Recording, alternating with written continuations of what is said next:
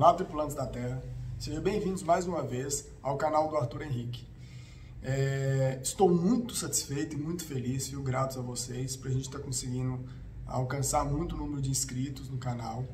Eu faço isso com muita boa vontade, gosto muito de informar as pessoas. Acredito que eu sou um professor nato, por isso que eu gosto de informar e sempre trazer temas que sejam sempre para elevar a alma, sempre para a gente trazer uma reflexão positiva, para a gente trazer sempre um autoconhecimento e uma consciência sobre o nosso papel social, o nosso papel de construção daqui na Terra. O tema que eu tenho para falar hoje tem a ver com tudo isso e tem a ver também com o que nós vamos viver a partir de agora até outubro, que serão as eleições. O tema que nós vamos falar hoje é sobre ética e política. A ética é muito importante no seu desenvolvimento, é um prato feito, é um tema vastíssimo discutido na filosofia e também dentro de cada ciência se aplica a ética direcionada ao entendimento do ser humano e o objetivo que eu quero com o ser humano. É importante de pensar que um dos primórdios de se entender a ética partiu-se com Sócrates, um dos primeiros expoentes da filosofia grega, que vem dizendo que ter ética é ter um princípio de dever social, de um dever coletivo. A gente tem que, além de ter direitos, primeiro ter dever. Os deveres é que nos constituem como pessoa e aí, a partir disso, a gente atribui ou a gente conquista os nossos direitos. Por que dever? Porque no princípio daquele momento na Grécia, as pessoas se reuniam na praça pública, para discutir questões pertinentes ao bem comum social. Então, tudo que era discutido ali era aplicável na sociedade quando se definia que aquilo era um bem coletivo. Então, se partia desse dever, um dever de participação social. Essa participação social gera o que para Sócrates está no meio termo de o que é legalidade e o que é moralidade. Então, para ser um sujeito de deveres e para ser um sujeito que vai ter uma aplicação ética social, nós temos que saber, então, o equilíbrio entre o dever, a moralidade e a legalidade. Ou seja, nem tudo é legal, é moral. E nem tudo que é moral é legal. Na verdade, eu tenho que juntar as duas ideias. Vou dar um exemplo simples. Quando os deputados ganhavam até 15º salário, isso era legal. Era legal porque eles tinham constituído isso por lei. Então, segundo as normas da lei, era legal. Porém, era imoral porque era algo que não era de acordo com toda a população. Toda a população não ganhava legalmente e até 15º salário, ganhava até 13º. Por isso que se tornou imoral. Então, acabou que não era um princípio ético continuar recebendo 15º salário. Então, a régua de um padrão ético para Sócrates está entre essa questão de equilíbrio entre o que é legal e o que é moral. Segundo, levando esse pensamento, nós podemos entender então que a ética ela é um princípio final, é uma busca objetiva, o caminho final que eu quero chegar com os meus comportamentos e os meus deveres. E a moralidade, que é um costume de uma cultura, as normas da cultura, é o processo, é o caminho até chegar ao ponto ético. E aí a gente entende, então, o pensamento de Aristóteles e Platão quando vem introduzindo alguns elementos para essa constituição social, para a formatação do que vai ser a república, para a formatação do que vai ser a democracia. Então, república é o que é público. Democracia é o que é ditado pelo povo. Então nós vamos juntar as duas ideias, o ente público e o poder do povo, que a gente forma a ideia que nós temos como política nacional, no Brasil, principalmente. E aí nós vamos entender, de acordo com o pensamento de Aristóteles, que o homem é um animal político por natureza. Então, naturalmente, nós somos seres políticos que negociamos coisas, que estão colocando nossas ideias, as nossas opiniões e tentamos articular qual o ponto em comum disso. Levando em consideração isso, então, e o pensamento de Aristóteles, Platão e Sócrates, nós podemos entender que tem dois tipos de políticos.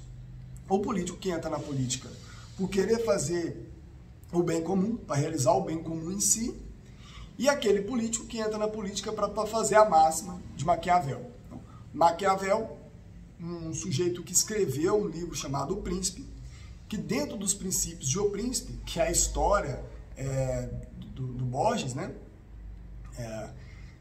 Que os fins, ou seja, os meios justificam os fins. Eu posso fazer tudo para me manter no poder. Eu posso fazer qualquer coisa para constituir no poder. Né? Então, esse tipo maquiavélico, ele entende que é uma arte da conquista. Não é uma arte de tentar trazer o bem ao outro. É tentar trazer uma arte de conquistar para me permanecer no poder. Então, nós entendemos que dentro dessa visão maquiavélica, ela surge a expoente da corrupção. E que é o que muitas vezes as pessoas temem dentro da política.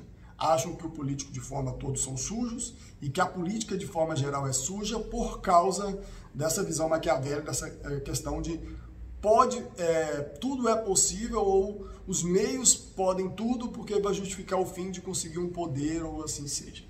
Né? E é interessante que se eu penso em política, eu já atraio a ideia de ética para andar junto pensando no bem coletivo, no bem comum.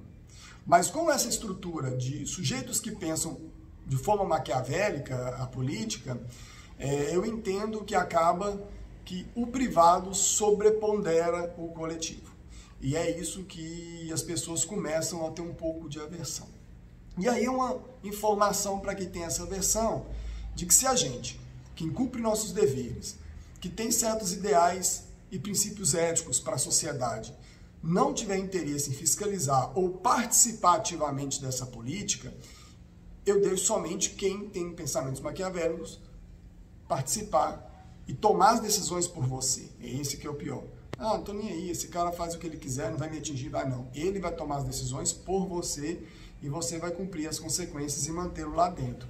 Esse que é o problema, né? E aí como que a gente pode dizer, dentro de uma esfera interessante para entender que a política pode se aplicar uma justiça e ao mesmo tempo trazer à tona virtudes, a gente vai entender que a corrupção ela está presente porque há brechas. Né? A natureza de forma geral humana, ela tem corrupção. Nós somos corruptos por natureza.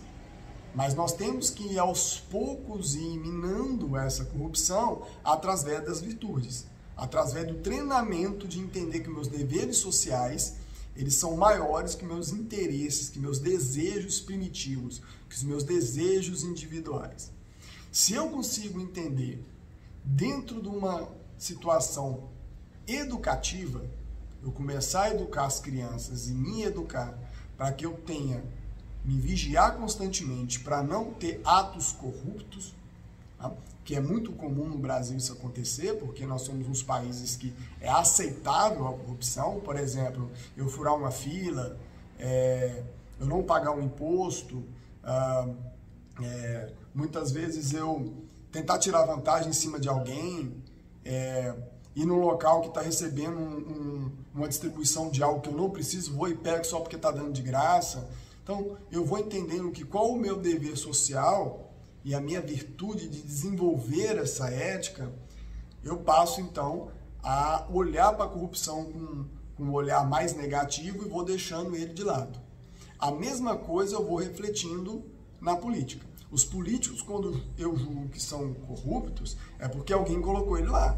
E é alguém, então, que sintonizou ou adequou a ideia dele, o pensamento dele, e colocou ele lá. Então, ele não foi lá sozinho.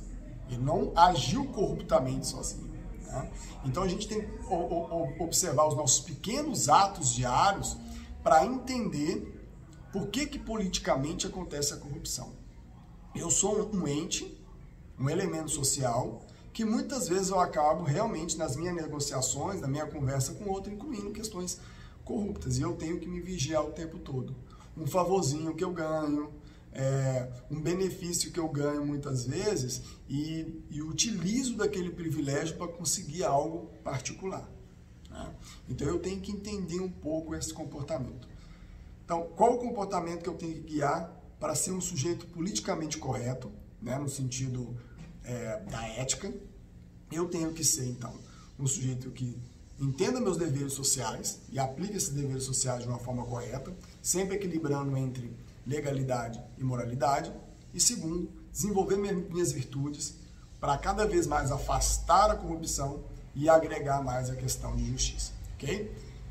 Pensem bem, então, agora, analise bem agora na hora de começar a política, os candidatos aparecerem, analise bem essas propostas, quem é o candidato, o histórico, e se vigie constantemente seu comportamento para que você não venha acabar tendo um ato corrupto e acabar fazendo um prejuízo social ao invés de ser um benefício social, ok? Um abraço, até mais, e continue indicando meu canal, por favor. Peçam para as pessoas se inscreverem no canal, isso é muito importante. Se puder lá, dá um joinha para mim, para eu poder entender se está tendo um retorno positivo ou não, se o assunto é legal ou não, para eu poder desenvolver algum trabalho diferenciado para que vocês possam aí com o tempo curtirem mais, ok? Um abraço e até mais.